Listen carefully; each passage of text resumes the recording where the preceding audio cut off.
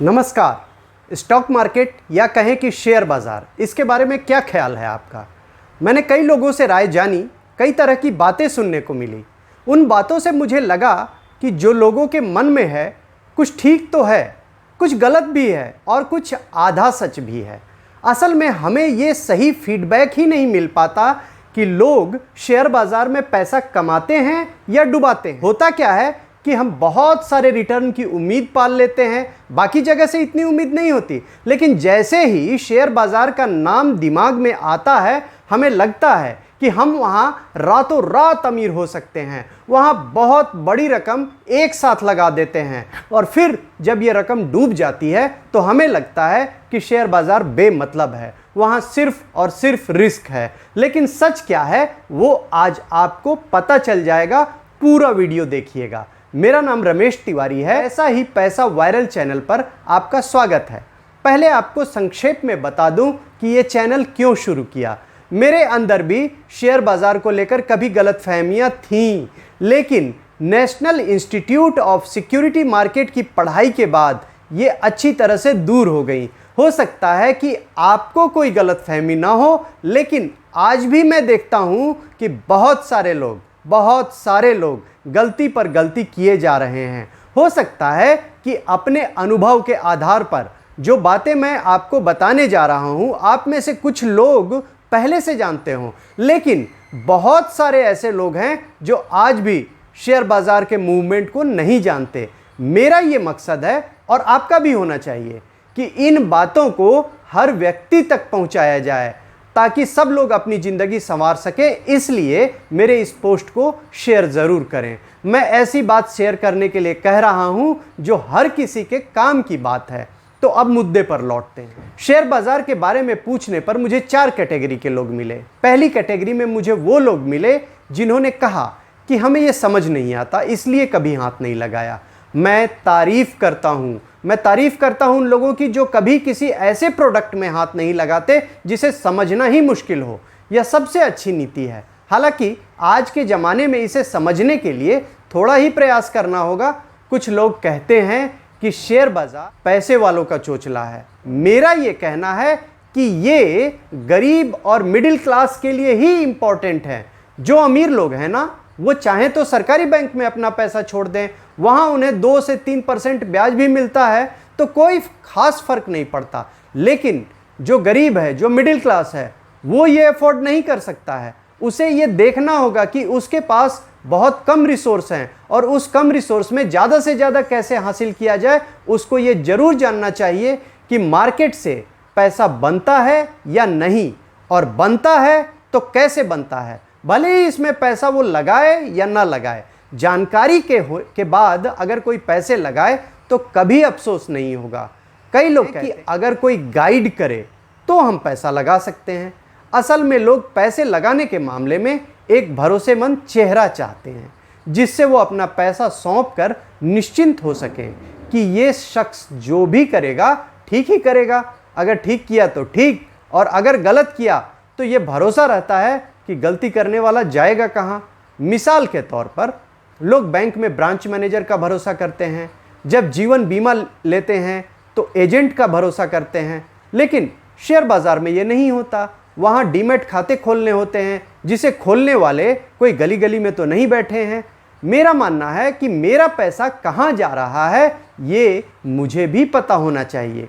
खैर, जो लोग भी शेयर मार्केट से दूर रहते हैं वो अपने हिसाब से ठीक करते हैं, लेकिन उन्हें अपने आप से एक सवाल ज़रूर पूछना, क्या मैं रिटायरमेंट के बाद उसी आराम के साथ जी सकूंगा जिस आराम के साथ आज जी रहा हूं? क्या बढ़ती महंगाई के बीच इतने पैसे जुटा लूंगा जो मुझे आज जैसी ज़िंदगी मिलती रहेगी?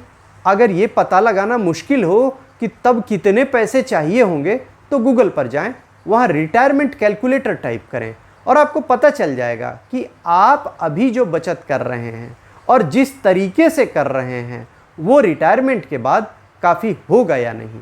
अगर डरावनी तस्वीर आती है तो फिर उसे इग्नोर मत कीजिएगा। अक्सर लोग इग्नोर कर देते हैं और जितनी देर होगी तस्वीर उतनी भयावह होती। दूसरी कैटेगरी में मुझे वो लोग मिले जिन्होंने कभी बहुत शौक से शेयर बाजार में हाथ लगाया था। सोते जागते खाते पीते सिर्फ एक सपना था, जल्दी पैसा बना लेंगे।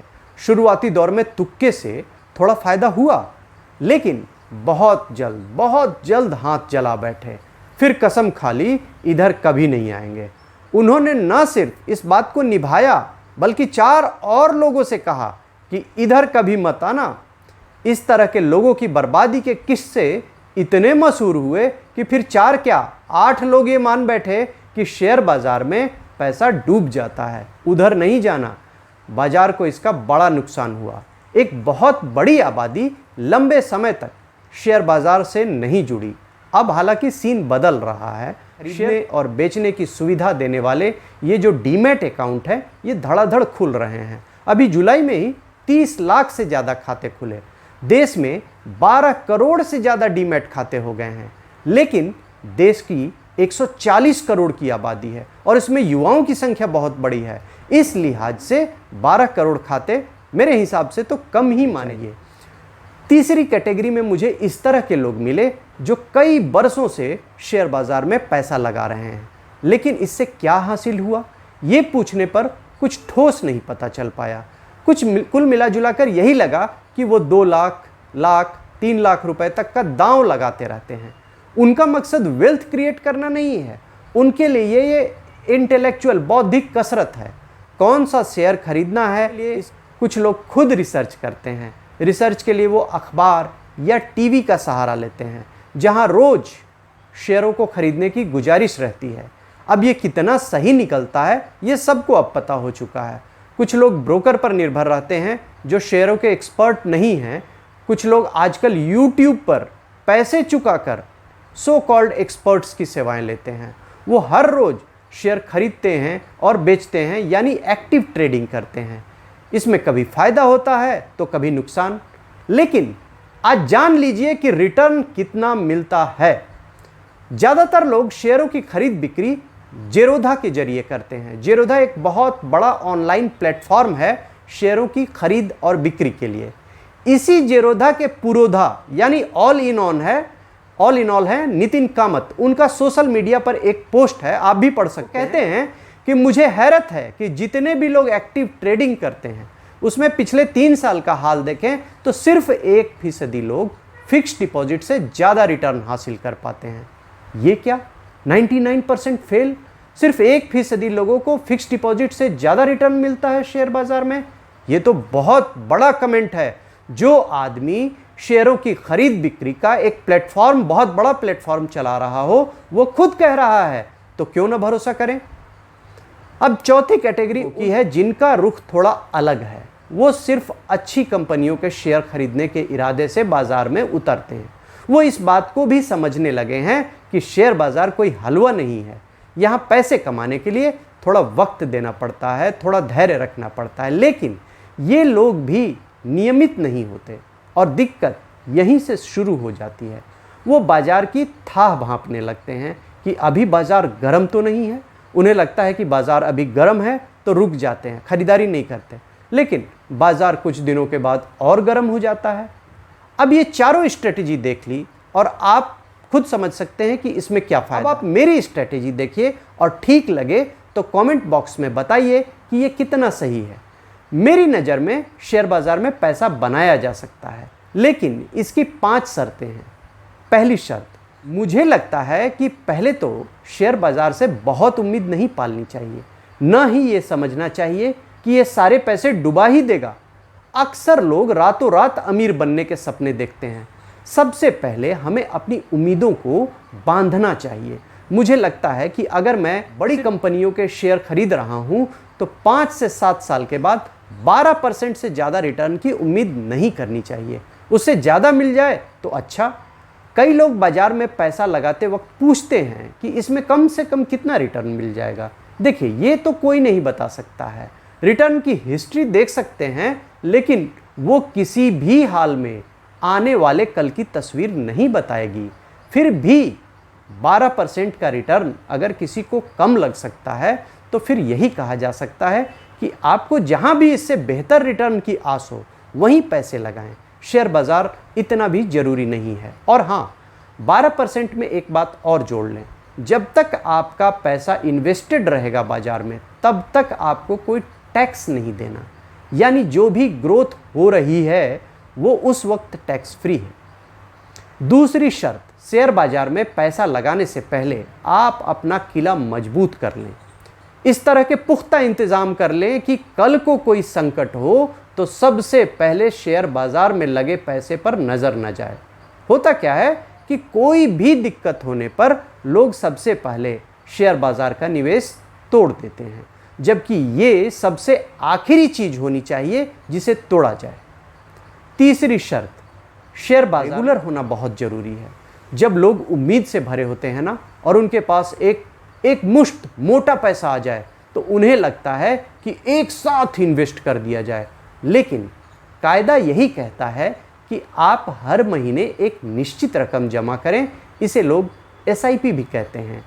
अब तो 8 लाख करोड़ से ज़्यादा रकम SIP के जरिए जमा हो चुकी है, यानी लोगों का इस पर भरोसा बढ़ रहा है। चौथी शर्त, अब जो चौथा पॉइंट है उससे पहले एक किस्सा सुन लीजिए। मेरे एक मित्र हैं जो 10 साल पहले SIP किया करते थे, लेकिन कभी बाज़ार नीचे गिरा होगा तो सारा पैसा निकाल लिया, लेकिन खाते में 14 रुपये रह गए। अब 10 साल के बाद वो मुझे अपना अकाउंट फोलियो दिखा रहे थे। वो 14 रुपये आज 70 रुपये हो चुके थे। उनका ध्यान नहीं था। मैंने उनसे कहा कि अगर आपने 14 लाख छोड़े होते तो आज यहाँ 70 लाख दिख रहा होता, या 1,40,000 रुपये छोड़े होते तो 7 लाख होता। ये सच्ची कहानी है। इतना रिटर्न और कहाँ मिलता। तो बाजार में सबसे ज़रूरी चीज़ है धैर्य। मेरा मानना है कि इसमें हमेशा रातों रात कमाने का मौका है, ये सोचना गलत है। असल में शेयर बाज़ार का एक चक्र होता है, साइकिल होता है, कभी ऊपर कभी नीचे। हम 5-7 साल में एक चक्र अगर पूरा कर लेते हैं तभी अच्छे नतीजे की उम्मीद कर सकते हैं। पांचवी शर्त, मेरी नज़र में सिर्फ बड़ी कंपनियों पर भरोसा करना चाहिए और इसके लिए मेरी पसंद हैं सेंसेक्स और निफ्टी। सेंसेक्स और निफ्टी देश की सबसे बड़ी कंपनियों का मार्केट वैल्यू के लिहाज से एक गुलदस्ता है, और इस गुलदस्ते में जो फूल मुरझाने लगते हैं वो पहले ही बाहर कर दिए जाते हैं। इनमें कभी 1 या 2 या 3 कंपनी बर्बाद हो सकती है, लेकिन सारी एक साथ बर्बाद हो जाएं ऐसी कल्पना मैं नहीं कर सकता।